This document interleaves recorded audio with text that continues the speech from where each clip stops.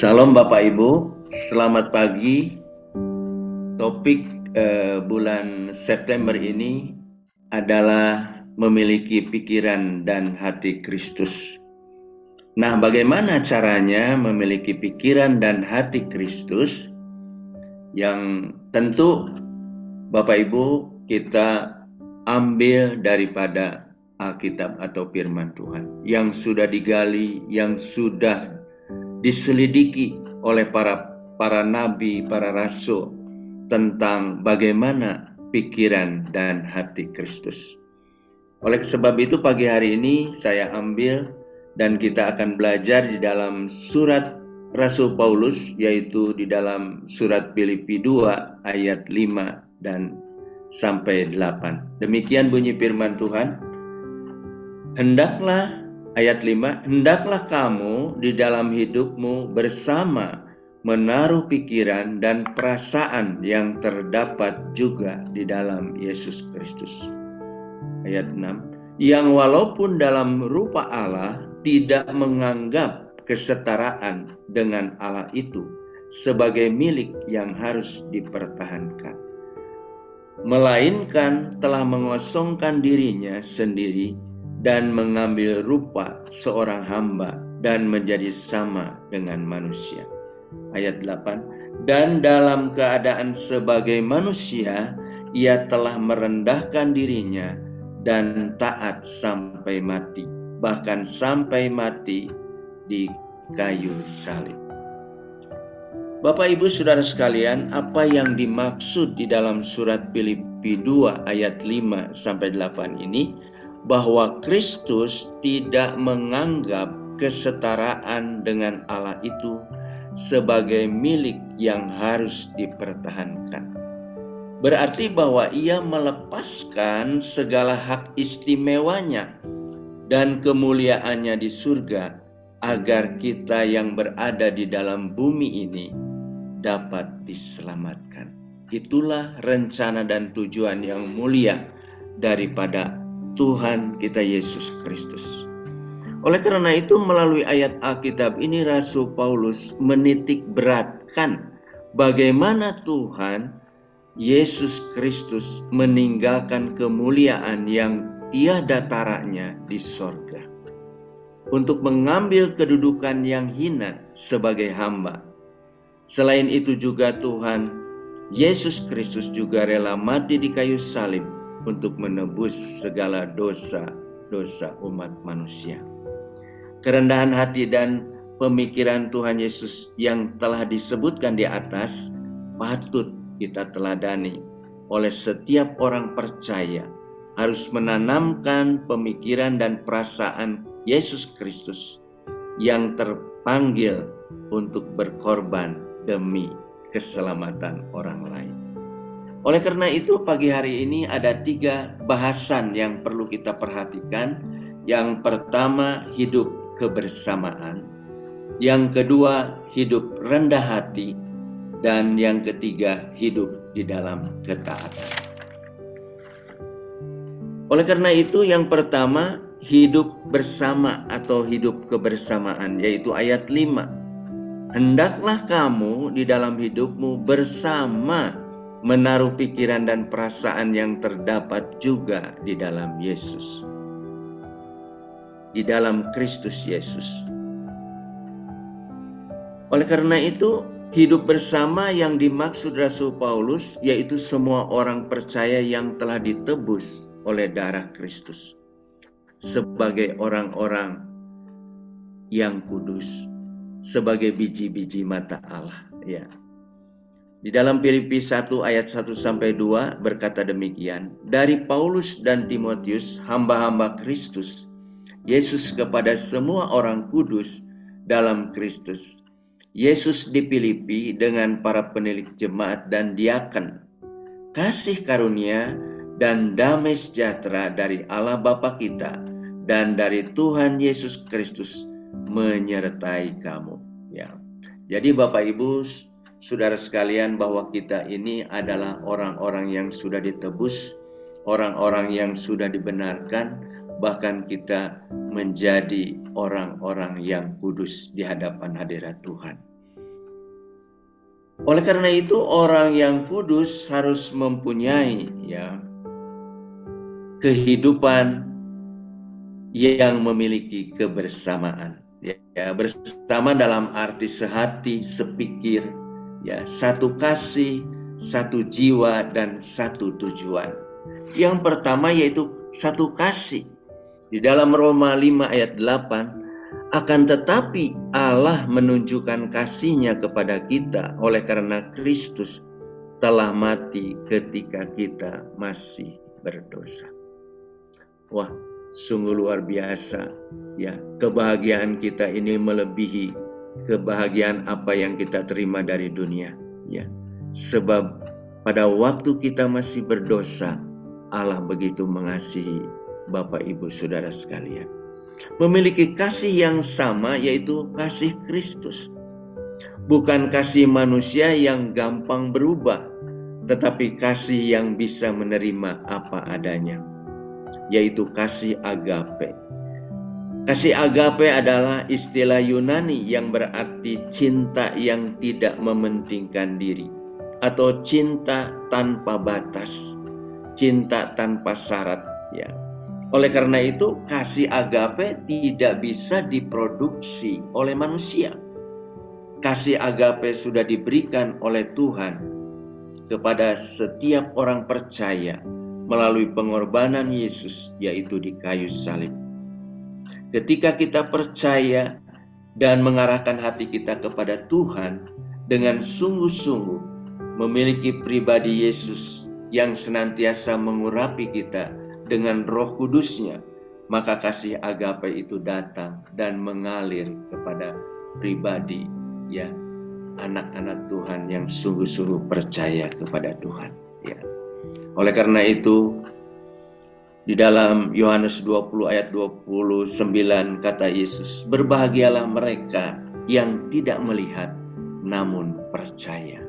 Kita percaya Roh Kudus hadir di tengah-tengah kita. Tuhan Yesus hadir di tengah-tengah kita. Oleh sebab itu kita adalah orang-orang yang berbahagia, kata Tuhan. Berbahagialah orang yang walaupun tidak melihat, namun ia percaya kepada Tuhan. Yang kedua yaitu satu jiwa. Dalam arti saling memperhatikan, saling menghargai, saling melayani, dan saling berjuang. Inilah pikiran dan perasaan hati Yesus. Oleh sebab itu Rasul Paulus mengingatkan di dalam surat Filipi pasal 1 ayat 27 yang berbunyi demikian. Hanya demikianlah, hanya hendaklah hidupmu berpadaan dengan Injil Kristus, supaya apabila aku datang, aku melihat, apabila aku tidak datang, aku mendengar, bahwa kamu teguh berdiri di dalam satu roh dan sehati sejiwa berjuang untuk iman yang timbul dalam berita Injil, yaitu berita Tuhan Yesus Kristus. Saudara-saudara, Rasul Paulus senantiasa berfokus pada satu hal, yaitu kesatuan di dalam perjuangan demi Injil, yaitu satu jiwa dan bersama-sama berjuang untuk memenangkan jiwa-jiwa untuk kemuliaan nama Tuhan. Saudara-saudara, bahwa kita memang harus tetap berjuang untuk meneguhkan iman kita kepada Yesus Kristus. Sebab apa? Sebab iblis, setan terus berjalan berkeliling seperti singa muda yang mengaum, yang akan menerkam mangsanya.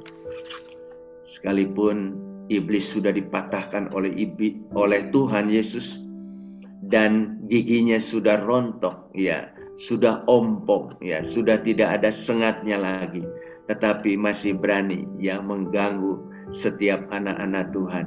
Oleh karena itu kita percaya bahwa kuasa daripada Tuhan Yesus yang sudah diberikan kepada kita adalah kuasa yang lebih besar daripada kuasa-kuasa yang ada di dalam dunia ini. Oleh karena itu marilah kita terus tetap teguh berdiri, satu roh, sehati, sejiwa dalam Kristus, berjuang untuk mematahkan siasat iblis atau kuasa-kuasa setan. Oleh karena itu Efesus 6 ayat 10-12 yaitu perlengkapan rohani. Akhirnya hendaklah kamu kuat di dalam Tuhan, di dalam kekuatan kuasa-Nya. Kenakanlah seluruh perlengkapan senjata Allah supaya kamu dapat bertahan melawan tipu muslihat iblis. Karena perjuangan kita bukanlah melawan darah dan daging, tetapi melawan pemerintah-pemerintah, melawan penguasa-penguasa, melawan penghulu-penghulu dunia yang gelap, melawan roh-roh jahat di udara. Iblis adalah musuh kita yang sesungguhnya. Ya, selain hawa nafsu kita, ya saudara-saudara, tapi iblis, yaitu ia tetap aktif sampai hari ini dan ia terus aktif hingga akhirnya. Ia akan dihukum oleh Tuhan di dalam penghukuman yang kekal. Iblis akan dilemparkan ke dalam lautan api dan belerang. Itu terdapat di dalam kitab Wahyu. Ya. Yang ketiga yaitu satu tujuan. Di dalam 1 Petrus 1 ayat 9, demikian firman Tuhan, karena kamu telah mencapai tujuan imanmu, yaitu keselamatan jiwamu. Oleh sebab itu Rasul Paulus mengingatkan, yaitu mengingatkan mereka, hendaklah mereka hidup sehati, sepikir di dalam satu kasih, satu jiwa, dan satu tujuan. Tuhan berfirman, karena kamu telah mencapai tujuan imanmu. Karena itu, saudara-saudara, hendaklah kita memastikan bahwa tujuan iman kita, yaitu keselamatan hidup yang kekal, penuh sukacita dan damai sejahtera di dalam Tuhan kita Yesus Kristus. Hendaklah kita bersatu padu, satu tujuan menjalani kehidupan sebagai kelimpahan kasih karunia Allah, serta bersatu tujuan di dalam melayani Tuhan untuk keselamatan jiwa-jiwa. Berdoa senantiasa kita sambil menuntaskan amanat agung dari Tuhan kita Yesus Kristus. Oleh karena itu, Yesus sudah lebih dahulu melayani kita dan menderita dengan tujuan karena belas kasihan kepada kita. Yang kedua, yaitu hidup rendah hati. Di dalam Filipi 2 ayat 6 dan 7, demikian bunyi firman Tuhan, yang walaupun di dalam rupa Allah, tidak menganggap kesetaraan dengan Allah itu sebagai milik yang harus dipertahankan, melainkan telah mengosongkan dirinya sendiri dan mengambil rupa seorang hamba dan menjadi sama dengan manusia. Saudara-saudara, Yesus benar-benar datang ke dalam dunia menjadi seorang hamba. Namun dia adalah hamba yang amat setia, ya, amat setia. Yesus datang bukan untuk melayani, bukan untuk dilayani, melainkan untuk melayani. Itulah realita hidup Yesus di dalam dunia ini. Semuanya Yesus jalani di dalam kerendahan hati. Ya. Karena itu, saudara-saudara sedang mengembangkan misi mulia Allah untuk dunia ini. Inilah rencana Yesus. Maka dia rela menjadi seorang hamba, bahkan diperhamba demi cintanya akan saudara dan saya. Kristus rela dan telah melakukan segalanya demi keselamatan kita dan kebahagiaan kita. Bapak Ibu Saudara sekalian, pengorbanannya sangat mulia. Ya. Kita sekalipun tubuh kita tidak mewarisi kerajaan Allah, artinya jasmani ini akan ditinggalkan, tetapi kita akan memiliki kehidupan yang kekal bersama dengan Tuhan. Tubuh kita yang fana akan diganti menjadi tubuh yang mulia oleh Tuhan. Inilah kebahagiaan yang tidak ada bandingannya. Ya. Kita akan memperoleh kehidupan yang sesungguhnya, ya, yaitu keselamatan bersama dengan Tuhan Yesus. bukan diri kita sendiri, tetapi keluarga kita. Ya, setiap kita orang percaya akan memiliki kehidupan yang sesungguhnya, yaitu bersama dengan Tuhan Yesus. Di mana Tuhan Yesus berada, disitulah kita sama-sama berada. Saudara-saudara, jadi di dalam Filipi 2 ayat 6-7 ini mengajarkan kepada kita untuk hidup dengan rendah hati, mengikuti teladan Kristus dengan tunduk kepada Allah. Tidak menganggap dirinya lebih benar dari apa yang seharusnya ia lakukan. Tetapi biarlah kita melayani orang lain dengan tulus dan bahkan bersedia untuk mengorbankan diri kita sendiri demi kepentingan keselamatan orang lain. Ini adalah panggilan untuk menghindari yaitu kesombongan, keegoisan di dalam kehidupan kita, serta melayani dengan kasih dan rendah hati sebagai hamba yang tulus yang telah dicontohkan oleh Yesus sebagai teladan yang sempurna bagi kita.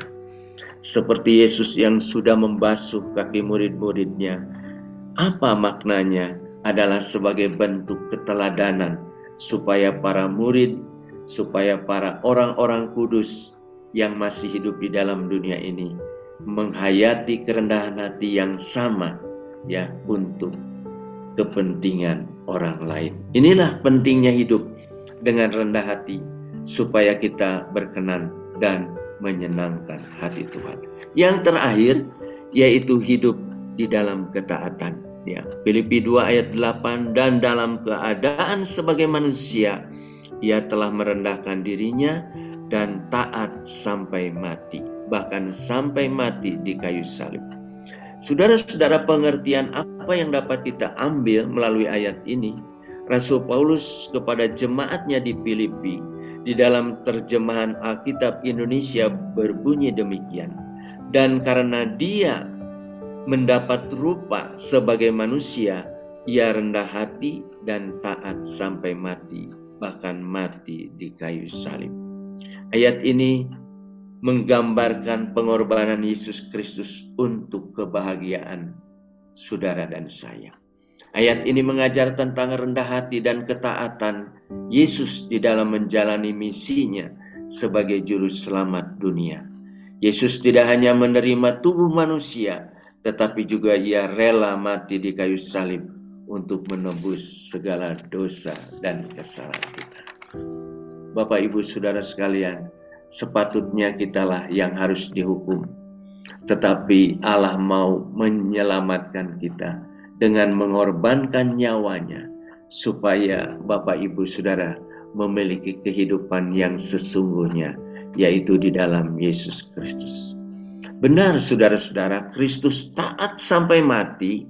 Ungkapan ini merujuk pada ketaatan Kristus yang luar biasa terhadap kehendak Allah sampai saat kematiannya.